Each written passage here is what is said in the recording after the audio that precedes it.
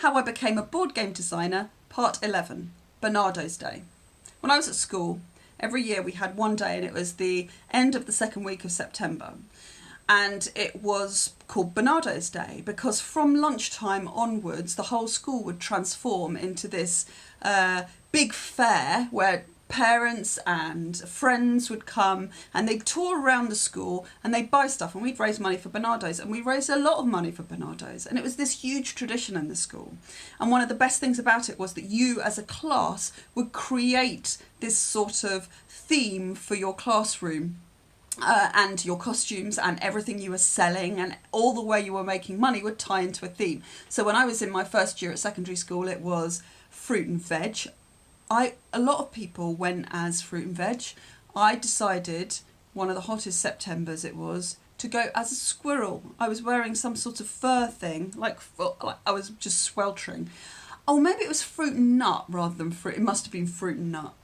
And as we went up the school, we got more and more creative. And this kind of creativity that we got used to, and doing it very quickly, because if you imagine, it was the beginning of September. Sometimes we'd have meetings over the summer about what we're going to do on Barnardo's Day.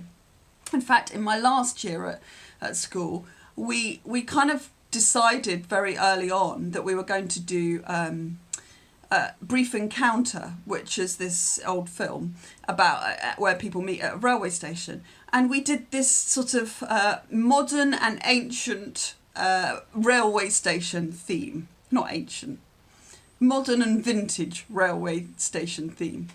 And I had everybody coming, I had probably 5 friends coming over my house, and we got these huge boards from the garage at my house and we painted them. We did the whole of the London Underground map on a big board that we painted over the week. I mean, they were there for, I don't know how many hours we'd spend creating these things. And we were being really using our imaginations to create games that would ultimately take people's money. So the London Underground thing was a bit of a sort of a treasure hunt game, I think, or it could have been a guess the station where the murder happened or something like that. I don't quite remember. But we had this really ingenious ways of taking people's money off them. And of course you were competing with every other class in the school.